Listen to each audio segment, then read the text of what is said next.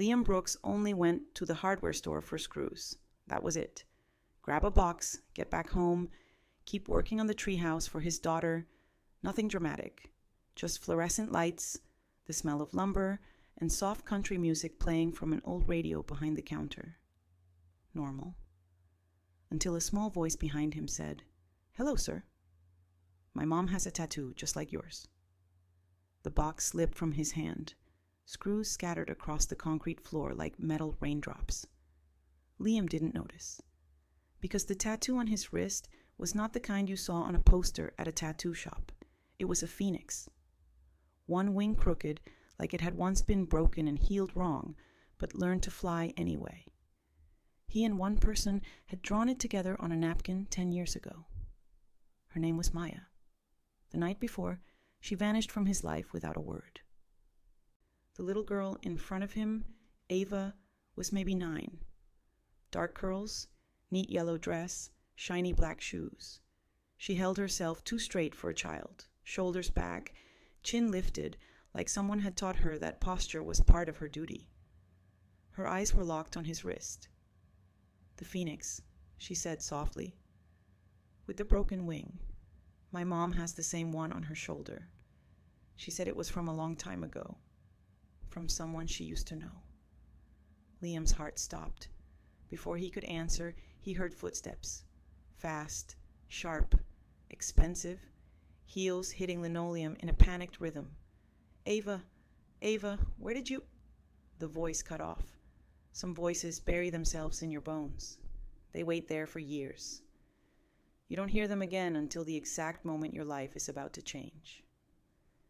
He turned, and there she was, Maya. 10 years had polished her into something dangerous. Gone were the paint-splattered jeans and messy ponytail. Now she wore a tailored blazer, severe haircut, storm gray eyes. Those eyes were exactly the same. "Liam," she breathed. His name left her lips like a confession. His throat tightened. "Maya," he said. Her gaze dropped to his wrist, to the phoenix, to Ava. The color drained from her face. "Is he the man from your story?" Ava asked quietly. "The phoenix man?" Maya flinched as if she'd been hit. "We need to go," she said. "Now." She took Ava's hand. "I'm sorry," she murmured to Liam, already backing away. This was a mistake. He didn't move. He was too busy doing math. Maya had left 10 years ago. Ava looked about 9. He didn't need a test. His gut already knew. As they rushed toward the exit, Ava looked back. In that one glance, he saw it clearly. Her eyes were Maya's, but her jawline was his. "Dad?" A small voice tugged at his sleeve. His daughter Ellie stood beside him, confused. "Who was that lady?" she asked. "Why did she look so scared?" Liam couldn't answer, because his carefully rebuilt life had just cracked wide open. For the next 3 days, Liam moved through his life like a ghost. He still made breakfast, still packed Ellie's lunch, still sanded boards for the treehouse. But his mind stayed stuck in aisle 12 of the hardware store. Every time he closed his eyes, he saw a crooked-winged phoenix, a girl in a yellow dress, Maya's face when she saw him. If Ava was his daughter, why had Maya never told him? He'd loved Maya once, recklessly, completely. When she got the offer to work at a gallery in New York, he'd told her, "I'll come with you.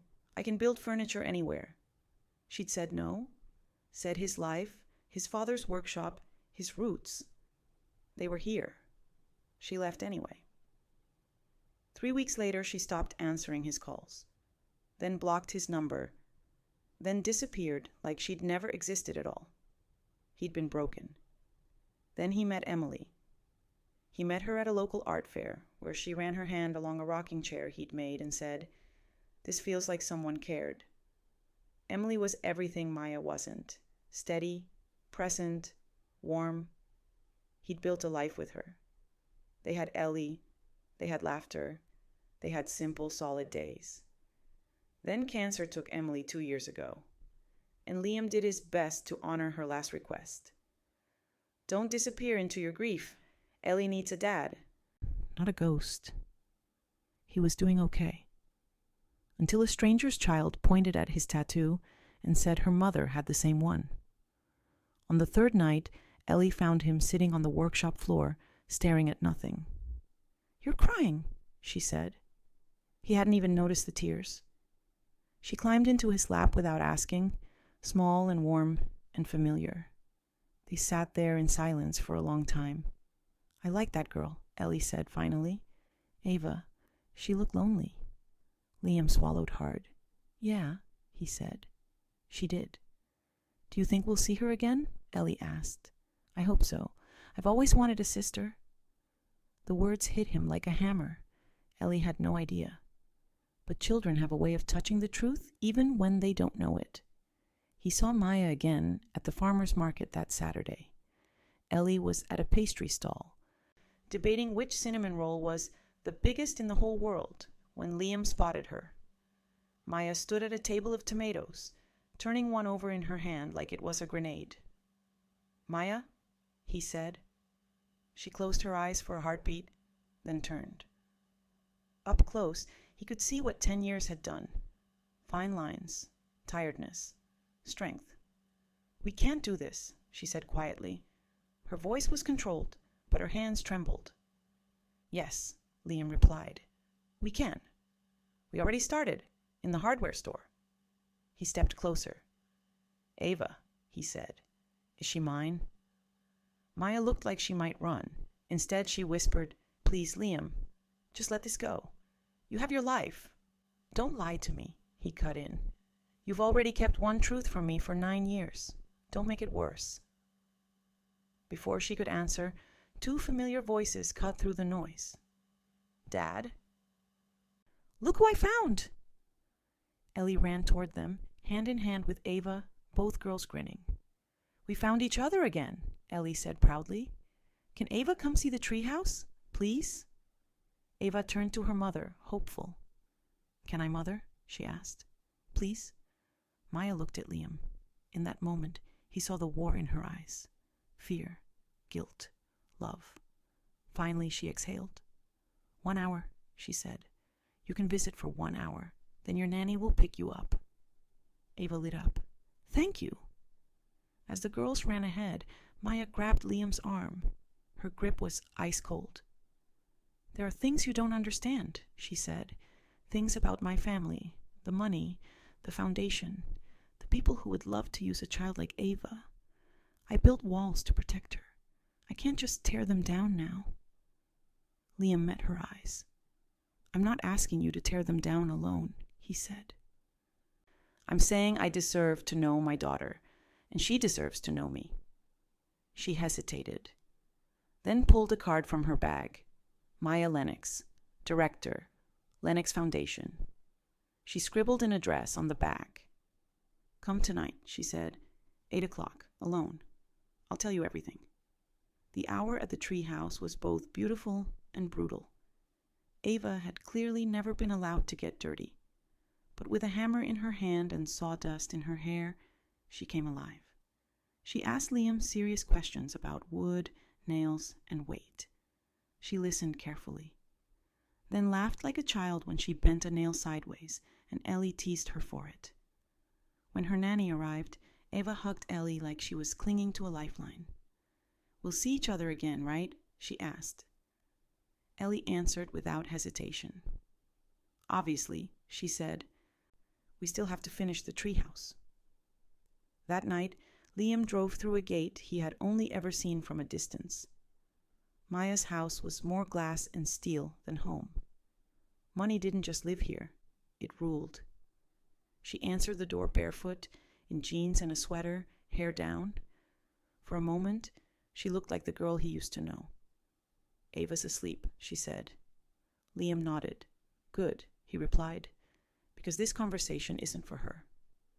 They sat in a study that looked like a high-end library. Books, art, whiskey. Maya didn't waste time. Her name is Ava Lennox, she said. She's 9, born in New York. She loves space, hates ballet, plays piano better than I did at 20, and she's never met her father because I chose to keep it that way." The words were sharp, meant to hurt. They did. "Why?" Liam asked. Maya stared into her glass. "I found out I was pregnant 3 weeks after I left," she said. "I was alone in New York, working insane hours, terrified. I went to call you 100 times. She looked up at him. "And then I saw your engagement photos." Liam's breath caught. "You had Emily," she continued. "You looked happy, calm. I had never seen you calm with me. Just burning or breaking." Her voice cracked. "I knew if I called, you would come. You'd blow up your life. Leave her. Try to juggle everything, and we would destroy each other in slow motion. So you decided for me," he said quietly. "For me. For Ava. For Emily. For everyone." "Yes," Maya whispered. "I did. I told myself I was protecting you. Then I told myself I was protecting Ava. Then I realized I had built a prison for both of us." She went on. "Her father died when Ava was 6 months old. He left behind the Lennox Foundation. Old money, properties, lawyers. Suddenly Ava wasn't just a little girl. She was an heiress. There are people who would pretend to be her father for access to what she has," Maya said. "I thought keeping you away kept her safe." He let that sit for a moment, then asked the question that had been burning inside him. "And when Emily died, you still said nothing. Why?" Maya's eyes filled with tears. "Because by then I was drowning in my own lies," she whispered. "I thought if I told you, you'd hate me, or you'd try to take her, or she'd hate me for keeping you from her, so I did what cowards do. I stayed silent." The room felt too small. "And what did you tell her?" he asked. Maya smiled sadly.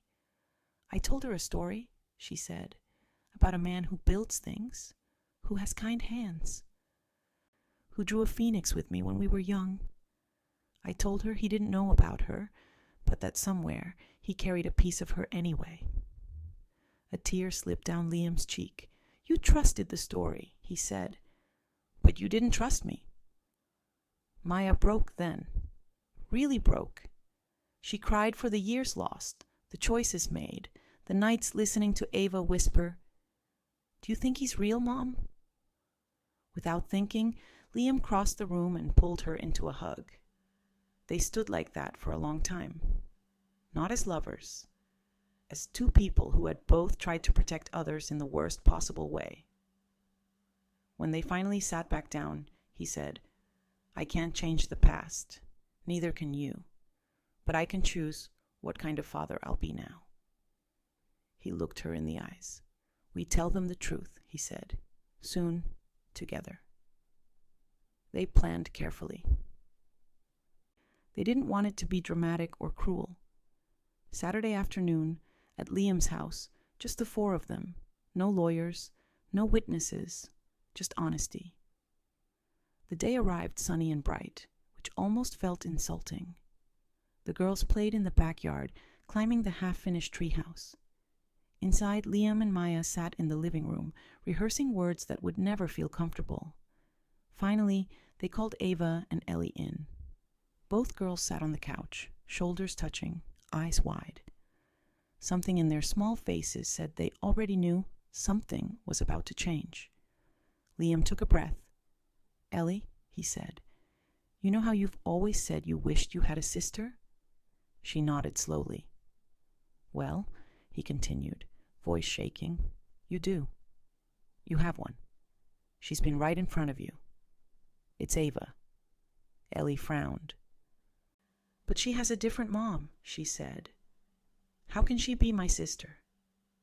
Maya moved closer to Ava and placed a hand on her shoulder. "Ava," she said softly, "remember the stories I tell you about your father? The man with the phoenix who builds things?" Ava's hands clenched in her lap. "Yes," she whispered. Maya's eyes shone with tears. That man, she said, is Liam, Ellie's dad. He's your dad, too. Silence. Then, you're my dad? Ava asked. The words came out like a breath she'd been holding for 9 years. Liam nodded, tears in his eyes. If you'll have me, he said. Ava flew off the couch and crashed into him. He wrapped his arms around her and felt her small body shake with sobs. I knew it, she cried. I knew when I saw the tattoo. I told Mom. I knew. Ellie wiped at her own tears. So she's really my sister? She asked Maya. For real? For real, Maya said. Ellie grinned through her tears. I told you I always wanted a sister, she said, scooting closer and wrapping her arms around both of them. They sat there, father, daughters, mother, tangled together on the floor in a messy, imperfect hug, not fixed, not finished, but real. Later, there were more questions. Why didn't you tell me? Were you ashamed of me? Are you going to leave? The adults answered the only way that mattered now. We were scared. We made mistakes. We are not leaving. In the end, Ellie summed it up the way only a child can. So, she said slowly, you guys messed up. But now you're fixing it. And now we all get more people who love us. That sounds like a win to me. Liam laughed, tears still drying on his face. Yeah. Kiddo, he said. That sounds like a win to me, too. Months passed. Life didn't become perfect, but it became honest. Lawyers handled the paperwork. Maya and Liam figured out schedules. Ava started calling him Dad in small moments that made his chest ache. The girls fought over who got the window seat in the truck. They made up 5 minutes later. They slept in the tree house under the stars, whispering secrets. On the 1-year anniversary of the hardware store encounter, the tree house was finally finished. The girls hung a hand-painted sign outside. Ava and Ellie's nest. No adults, except Dad. That night, they begged to sleep out there. Liam and Maya sat on the back steps, watching the glow of a lantern through the boards. Thank you, Maya said quietly, for not hating me. He shook his head. We both did what we thought was right with the tools we had, he said. We were wrong in a lot of ways, but we're trying to make it right now. That's what matters. He looked up at the treehouse. Inside, 2 girls who should have grown up as strangers were sleeping side by side. Sisters. The phoenix on his wrist caught the last light of the day, its crooked wing and scarred body still in flight. They'd gotten forever wrong, but they'd gotten something else right. The burning, the rising, the stubborn belief that some things are worth rebuilding no matter how late the truth arrives.